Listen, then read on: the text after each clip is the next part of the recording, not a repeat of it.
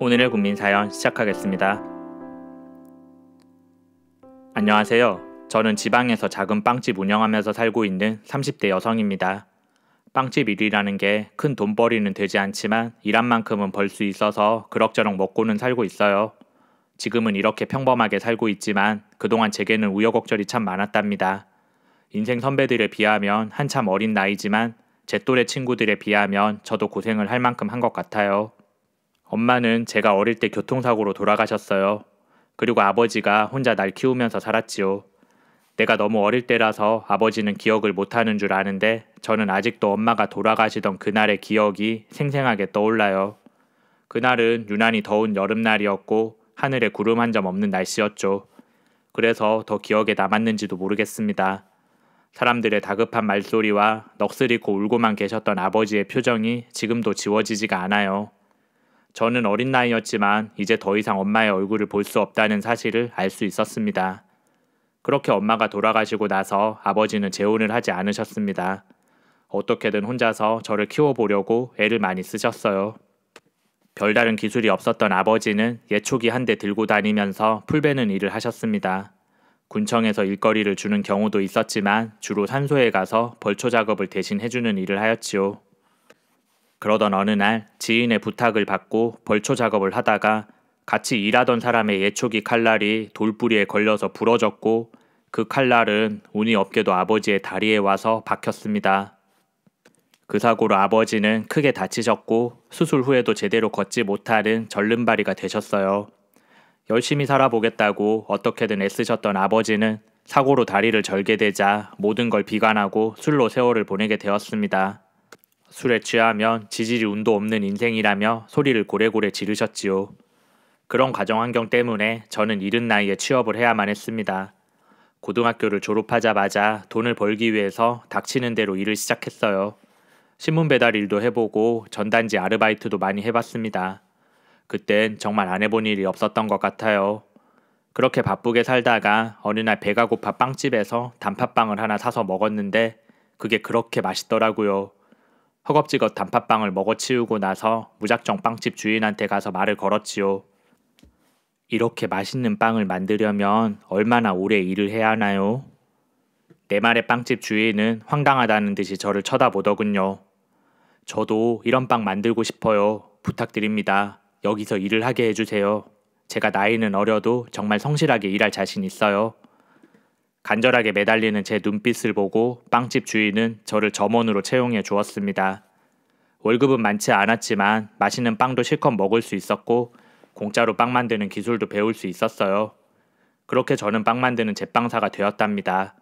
일 배우면서 받은 월급도 허투루 쓰지 않고 차곡차곡 모아두었지요. 덕분에 저는 몇 년 후 그 빵집에서 나와 제 가게를 차릴 수 있었습니다. 내게 일을 가르쳐 주셨던 사장님도 제가 가게를 내는데 많은 도움을 주셨어요. 혼자 하는 가게라서 많은 종류의 빵을 만들 수는 없었지만 조금씩 입소문이 나기 시작해서 장사는 생각보다 꽤 잘 되었습니다. 장사에서 번 돈으로 이제는 제가 아버지에게 용돈도 드리고 살림도 살아갈 수 있게 되었네요. 그렇게 살다 보니 저는 어느새 30대의 나이가 되었습니다. 20대에는 열심히 일만 하면서 살아오다 보니 연애도 한번 못 해봤고 또래 친구들처럼 청춘을 즐기지도 못했어요. 그런 게 아쉽다는 생각은 한 번도 안 해봤었는데 나이가 차고 보니 주변에서 시집가라는 이야기를 심심찮게 하더라고요. 그럴 때마다 저는 시집은 남자가 있어야 가지요. 백마탄 왕자님처럼 멋진 남자가 나타나기만 하면 저도 당장 시집 갈 거예요. 라며 농담을 했습니다. 그런데 집신도 짝이 있다고 어느 날 제게도 운명의 상대가 나타나더라고요. 빵집을 오픈하고 어느 정도 자리를 잡아가고 있을 무렵 우리 가게에 자주 오는 단골 손님이 한 명 있었어요. 그 사람도 나처럼 단팥빵을 아주 좋아하는 사람이었지요. 잘생긴 얼굴에 항상 밝게 웃는 표정을 짓고 있어서 누가 봐도 호감을 가질 만한 남자였습니다. 하지만 저는 가게를 운영하는 사람의 입장이었고 손님은 어디까지나 손님으로만 봐야 하기 때문에 크게 관심을 두지는 않았습니다. 자주 오는 사람이다 보니 다른 사람들보다 서비스를 더 챙겨주거나 가벼운 안부를 묻는 정도의 사이였죠. 그런데 어느 날 그 남자가 제게 데이트 신청을 하더라고요. 지금까지 한 번도 그런 내색을 하지 않고 묵묵히 빵만 사가던 사람이었기 때문에 데이트 신청을 받고 저는 깜짝 놀랐습니다. 남몰래 호감을 가지고 있었던 내 마음이 들킨 것만 같았죠. 그 남자의 말에 저는 대답도 제대로 하지 못하고 얼굴이 빨개졌습니다. 그 순간에는 정말 그 남자가 백마탄 왕자같이 느껴졌었네요. 그렇게 우리는 연인 사이가 되었습니다. 장태주라는 이름의 그 남자는 근처에 있는 회사에 다니는 평범한 회사원이었어요. 빵을 좋아하기도 하지만 처음부터 제가 마음에 들어서 빵집에 자주 온 거라고 하더군요. 그동안 나름대로는 마음 표현을 한 거라고 하는데 둔한 제가 그걸 눈치채지 못하고 있었대요. 그래서 큰맘 먹고 데이트 신청을 했다고 하더군요. 정식으로 만나고 보니 그 사람은 생각했던 것보다 더 착하고 성실한 사람이었어요. 내 인생의 첫 남자친구였지만 이 사람이라면 평생을 함께해도 되겠다는 생각이 들더군요. 태주 씨도 그렇게 생각을 했는지 어느 날 제게 결혼을 해달라며 프로포즈를 했습니다. 무릎을 꿇고 반지를 건네주는 태주 씨의 모습을 보고 저는 하늘을 나는 기분이 들었네요. 그동안 고생만 하면서 살아온 삶이었는데 이런 날이 올 줄은 정말 꿈에도 몰랐습니다. 결혼을 하기로 한 우리는 양가 집안에 인사를 드리러 갔어요. 넉넉하지 못한 우리 집 형편이 조금 마음에 걸렸는데 태주 씨는 걱정할 필요 없다고 하더라고요. 우리 아버지한테도 장인 어른이라며 살갑게 대해 주었습니다. 그리고 드디어 태주 씨네 집에 인사를 드리러 가게 되었지요. 그런데 저는 태주 씨의 집을 보고 벌어진 입이 다물어지지 않았습니다. 그냥 평범한 집안인 줄 알았는데 집을 보니 으리으리한 대저택에서 살고 있더군요. 태주 씨가 평소에 소탈한 옷차림을 하고 다녀서 그렇게 부자인 줄은 모르고 있었어요. 한 번도 부자인 티를 안 내고 다녀서 저는 그냥 평범한 중산층 가정일 거라고 생각했었네요. 하얗게 대리석이 깔린 집 안으로 들어서는데 저는 괜히 주눅이 들더라고요. 내가 너무 분수에 맞지 않는 자리에 온 것 같아서 안절부절 못하겠더군요. 태주 씨의 아버지는 태주 씨를 꼭 닮은 사람이었습니다. 말씀도 점잖게 하시고 저를 보며 웃는 얼굴로 반갑게 인사를 해주더군요. 그런데 태주 씨 어머니는 처음부터 저를 못마땅해 하는 눈치셨습니다. 결혼 승낙을 받으러 왔다고 말을 하니 대놓고 반대를 하시더라고요. 안 그래도 내가 좀 알아봤는데 너 옆 동네 김씨네 딸 맞지? 니네 아버지가 절름발이잖아. 요즘도 그렇게 술을 많이 마시고 다닌다며? 게다가 엄마도 없이 자랐다면서? 그런 주제에 어떻게 우리 아들 만날 생각을 다 했어? 어머님의 말씀에 아버님은 말이 좀 심한 것 같다며 그만하라고 하셨어요. 결혼이 애들 장난도 아니고 당신도 알 건 알아야죠. 우리 아들이 어디 보통 아들인가요? 나중에 당신 회사 물려받으려면 와이프도 잘 만나야 한다고요. 엄마 없이 자라서 제대로 교육도 못 받았을 텐데 뭘 믿고 우리 아들을 맡겨요?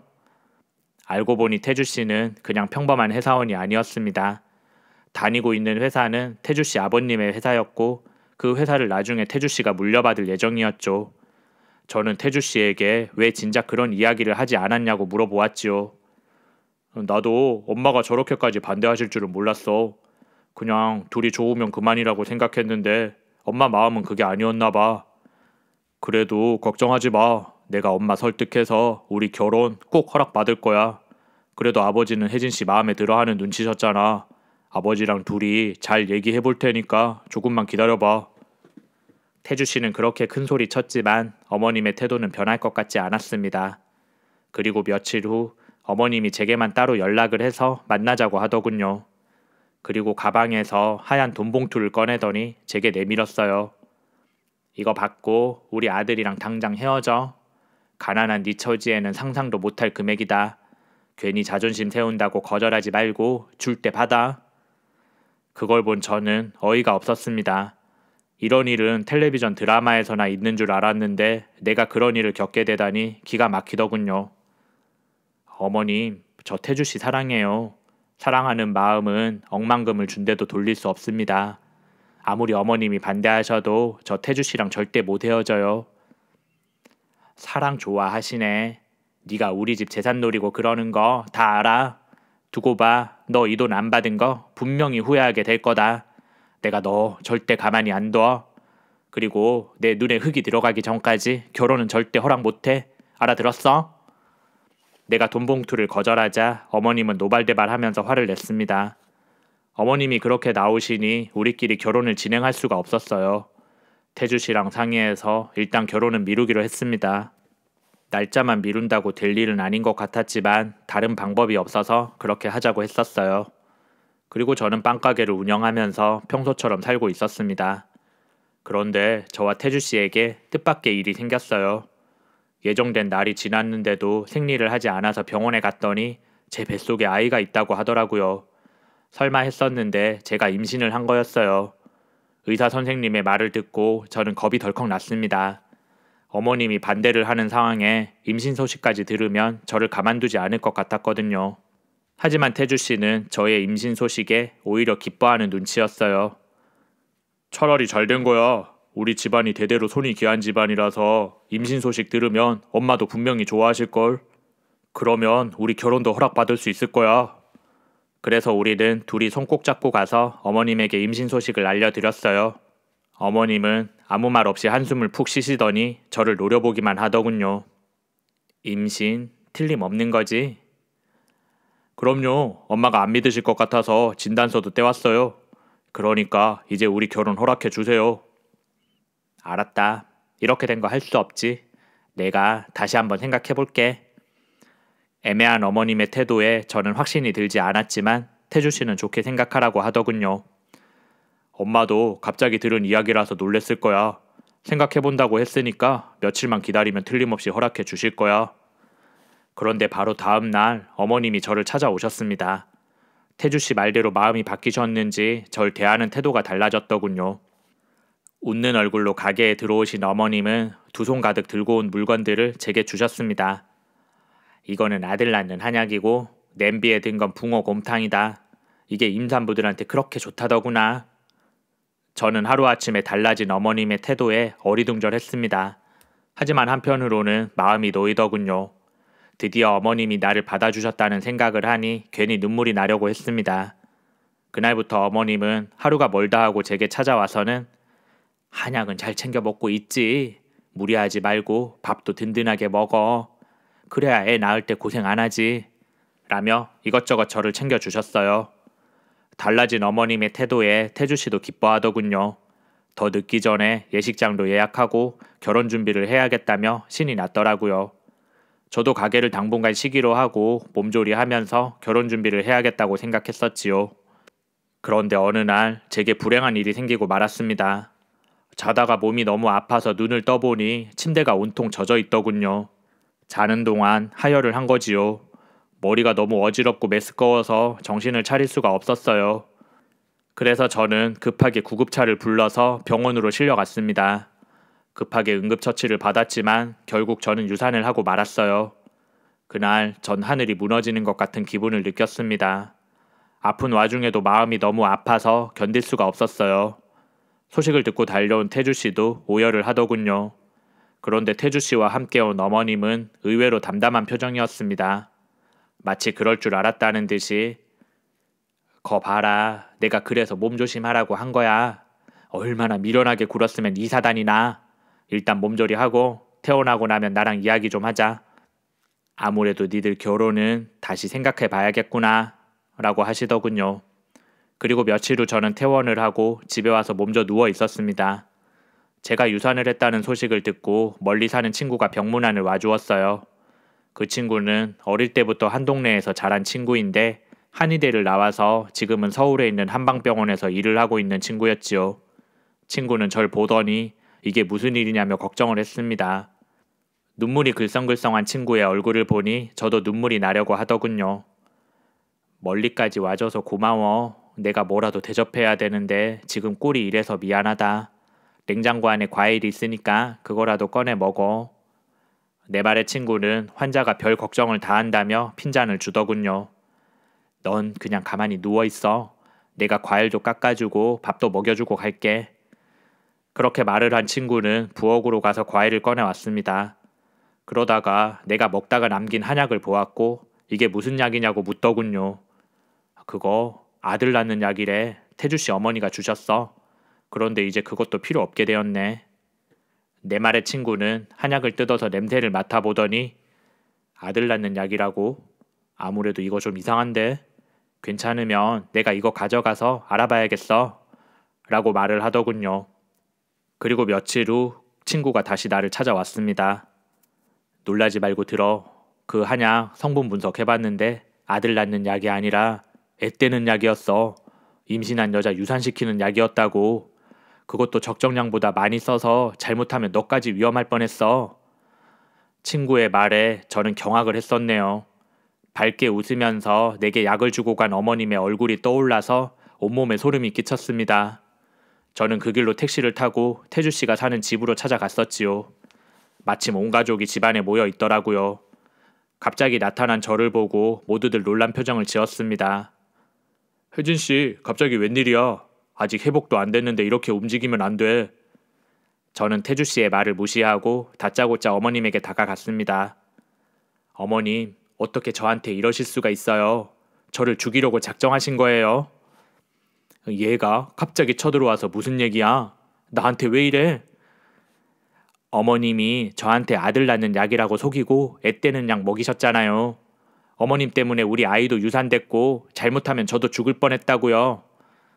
너 지금 무슨 소리 하는 거니? 난 그런 적 없다. 증거 있어? 어머님은 예상대로 발뺌을 하셨어요.